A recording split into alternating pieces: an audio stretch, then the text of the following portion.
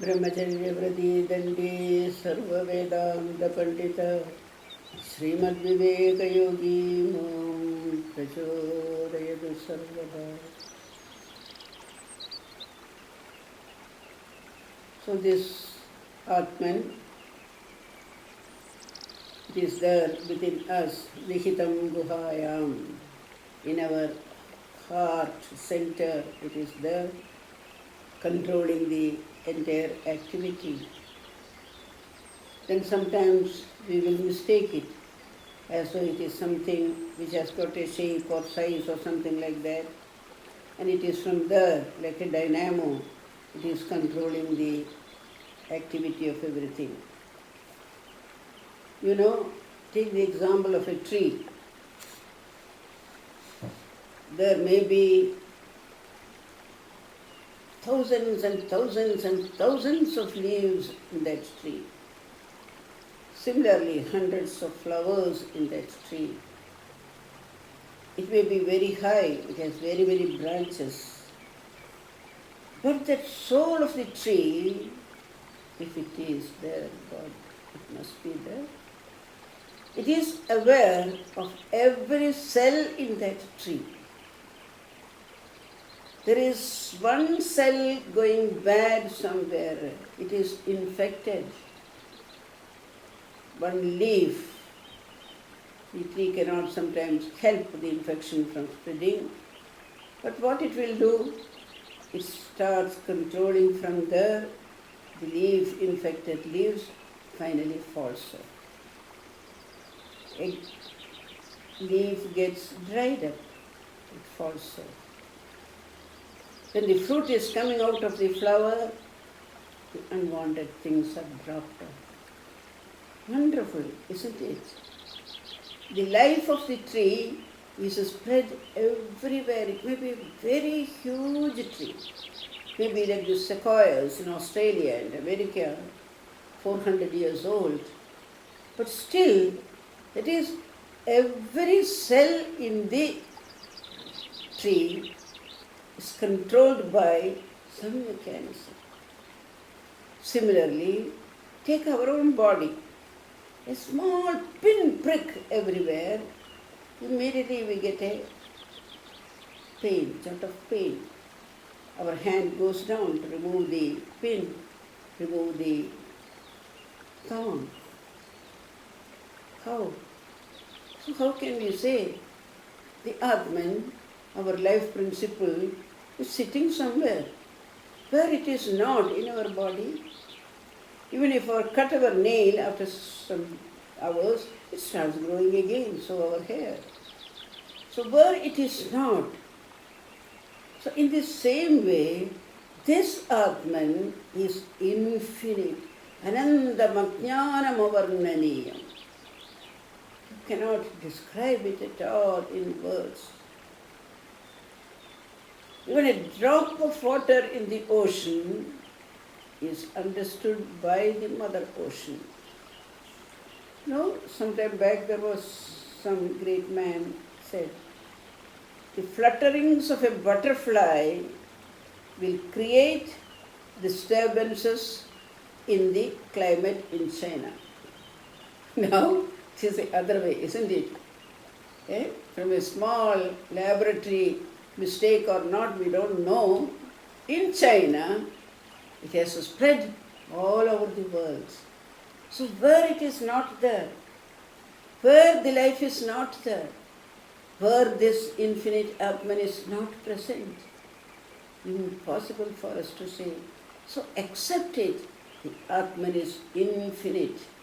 So that infinite Atman is to be understood by us and made manifest, potential divinity, manifested through our thoughts, words and actions, so that everywhere there is a touch of infinity. Infinity means extraordinary happiness, extraordinary glory. So, Anoraniyan Mahato Mahiyan, where it is not there. Swamiji says, from a small amoeba to the great Buddha. But the difference is, amoeba is not aware of its divinity. Buddha became aware of his divinity. Somewhere Panjali is asking Krishna in those days, Krishna, are you really a god? Krishna says, Panjali, all of us are gods. I know it. You don't know it. So that is a problem with all of us. We are all gods, meaning godliness is there imprinted in each and every cell of our body, otherwise it cannot work, it cannot recover itself from injuries, strain. It is there, but somehow we take it for granted, like a mechanism, like a machine. We work as though a mechanism somewhere is working. So, manifestation of divinity. The potential divinity within is to be manifested. How? Through our work, through our actions, so through our emotions, our love, likes, dislikes, everything. And through our knowledge, everything controlled by that policeman, Raja Yoga. Raja Yoga is the mental power by which everything is kept under control. The balancing feat, the harmonizing feat is by Raja Yoga.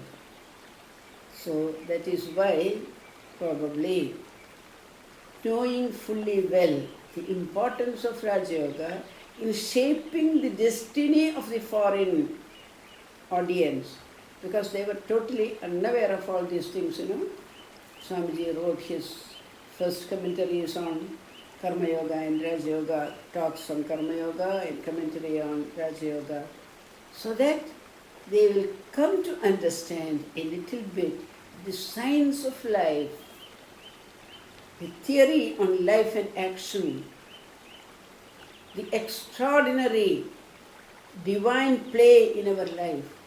All this Swamiji conveyed to the Western audience through his lectures. Remember, they had no background at all. I said earlier, even a villager, he will know, he will touch his heart and say, my Atman within, my Paramatma up above. That is how he will talk. But they had no knowledge of this Atman or something. India is the only country where almost everybody will know what is Atman. They will touch your heart and say, yes, my Atman is here within my heart.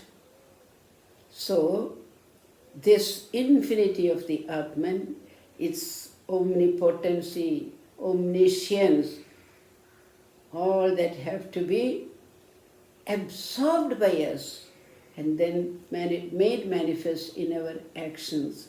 So all the good actions, all the good thoughts, all the good words by which we are expressing this all-pervasiveness or the omnipotence of that Atman, that truth, they are all good actions, good thoughts. They will bring peace, love, compassion, understanding. About Sri Ramakrishna, sometime I said earlier, Sri Ramakrishna takes birth because through the love and sympathy for the suffering humanity was so great. So all the incarnations, their love and sympathy for the suffering humanity was so great that they came and incarnated to teach the mankind the way to heaven. In one of the stotras of Sri Ramakrishna, it is specially mentioned, unable to bear the sorrows of the world, his mind became so agitated that he decided to incarnate. Maybe the same, expressed in a different way, we get in the Bhagavad Gita, yada yada hi dharmasya glanir-bhavati bharata abhyuttanam adharmasya tadatmanam srijamyaham.